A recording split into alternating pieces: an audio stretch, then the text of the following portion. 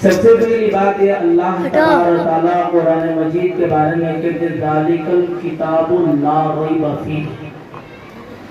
یہ وہ کتاب ہے اس میں شک و شبہ کی گنجائش بھی نہیں ہے، یہ یقینی کتاب ہے اور یہ کتاب راستہ دکھاتی ھدی للمتقین، پرہیزگاروں کو ہدایت اور راستہ دکھاتی ہے۔ جو اندھا ہے اسے روشنی کیا راستہ دکھائے گی؟ آنکھ والا ہے تو اسے راستہ نظر آئے گا۔ یہ قرآن مجید زندہ لوگوں کے لیے عمل کرنے کے لیے اللہ تبارک و تعالی نے اس قرآن کو نازل فرمایا۔ ہماری حالت یہ ہے ہم اسے مردہ لوگوں کی کتاب سمجھی۔ حضرت آخری وقت ہے، سکرات کیا پڑھنا؟ یاسین پڑھ لے ہوئی۔ حضرت گھر میں برکت کیا کرنا؟ واقعہ پڑھ لے ہوئی۔ اور کیا پڑھنا؟ وہ پڑھ لو۔ مردوں کو بخشنا کیا کرنا؟ وہ پڑھ لو۔ قرآن مجید مردوں کے لیے اللہ نے نازل نہیں فرمایا، ہاں علماء نے اجازت دی قرآن مجید پڑھ کر اگر تم ثواب پہنچاؤ گے تو ثواب تم ملے گا، لیکن اللہ تبارک و تعالیٰ نے قرآن مجید کو جو نازل کیا ہے، قرآن مجید کو اس لیے نازل فرمایا الف لام را کتاب انزلناہ الیک لتخرج، اللہ نے فرمایا اس لیے نازل فرمایا اندھیریوں سے ظلمتوں سے نکال کر روشنی کی طرف اللہ تبارک و تعالیٰ تمہیں پہنچائے، گمراہی سے نکال کر ہدایت کے چراغ تک پہنچائے، کفر و ظلمت سے نکال کر اسلام کی روشنی تک تمہیں پہنچائے، اللہ کی معرفت تک تمہیں پہنچانے کے لیے اللہ تبارک و تعالیٰ نے قرآن مجید کو نازل فرمایا ہے۔ کہ کوئی معمولی کتاب نہ سمجھو، کہ ایسی کتاب ہے جس کی طاقت تم نہیں جانتے، دشمن اسلام جانتا ہے اس کی طاقت کیا ہے، اسی لیے تو قرآن مجید سے رشتہ دور کرنے کے لیے ہزاروں کے روپے وہ برباد کر رہے ہیں۔ اللہ کا احسان یہ ہے اللہ تبارک و تعالیٰ اس کی حفاظت کا انتظام ان ننھے منھے بچوں کے ذریعے اللہ تبارک و تعالیٰ نے نازل فرمایا، اور اللہ تبارک و تعالیٰ نے اس کام کو اللہ نے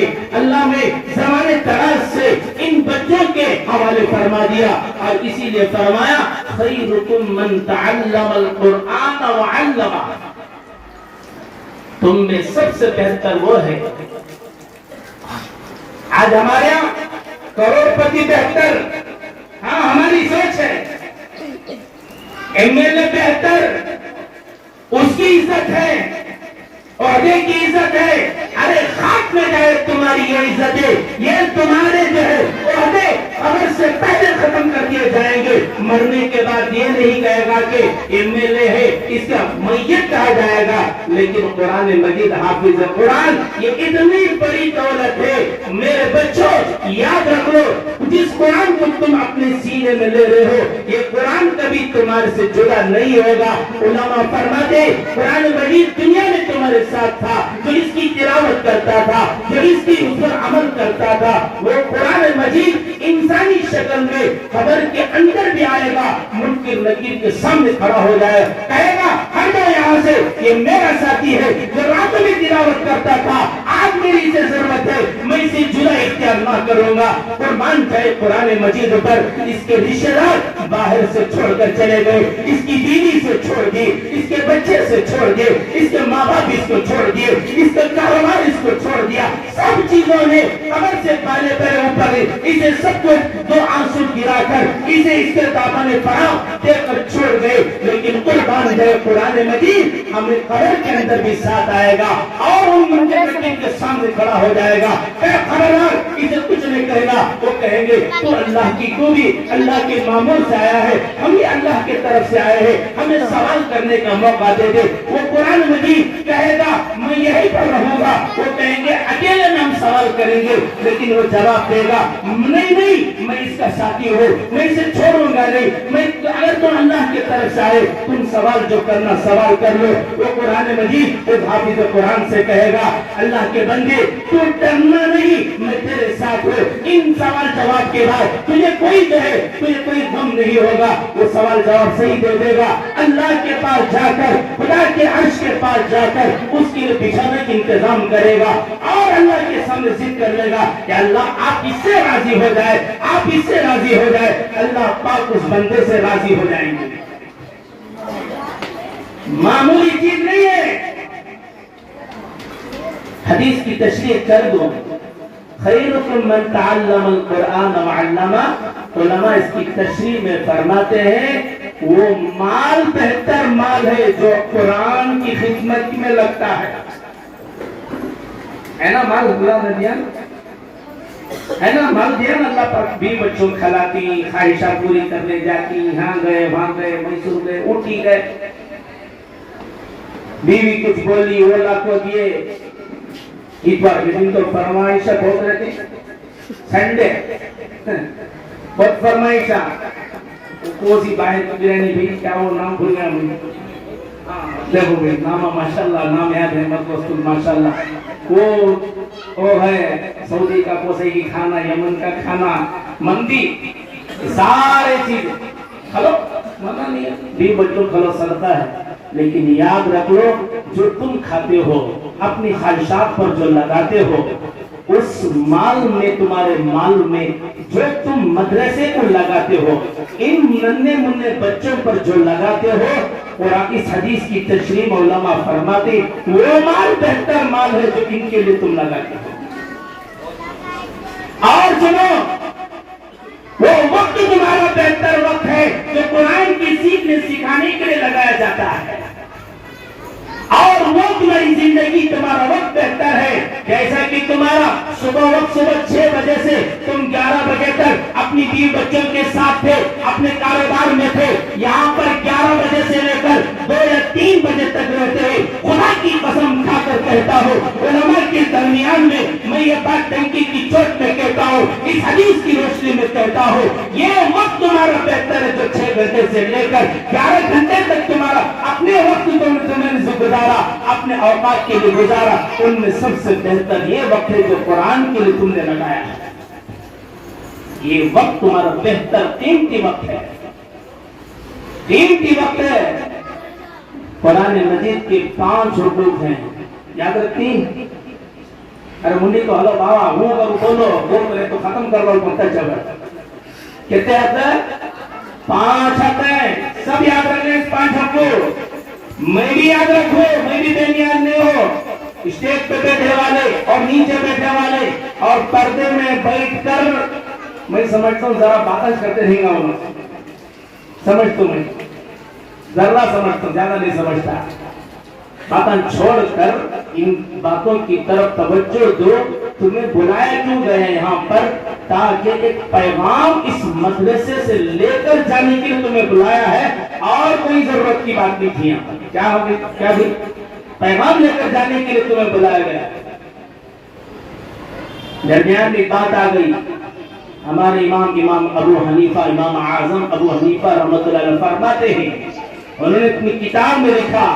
قرآن مجید کا سال میں 2 مرتبہ تلاوت کرنا، پورا پڑھنا قرآن کا حق ہے، اگر نہیں پڑھتا قیامت کے دن قرآن اللہ کے سامنے کھڑے جھگڑا کرے گا کہ اللہ یہ وہ منحوس آدمی ہے جس نے مجھے اٹھا کر تلاوت نہیں کیا تھا۔ سوچو حضرت ہمیں پڑھنے نہیں آتا، تجھے کنڑا زمان آ گئی، بچپن سے باقی پیٹ سے سیکھا تھا، انگلش سیکھا تھا، اردو کہاں سے سیکھا تو نے؟ ماں کے پیٹ سے تو نہیں سیکھا، دیگر چیزیں دھندے تو نہیں سیکھا، سیکھنے کی کوشش کیا، اس کو تو نے سیکھا، تو نے اتنا ہلکا سمجھا ہے قرآن مجید کو۔ کتاب کی بات حوالہ میرے پاس موجود ہے، ان علماء کے سامنے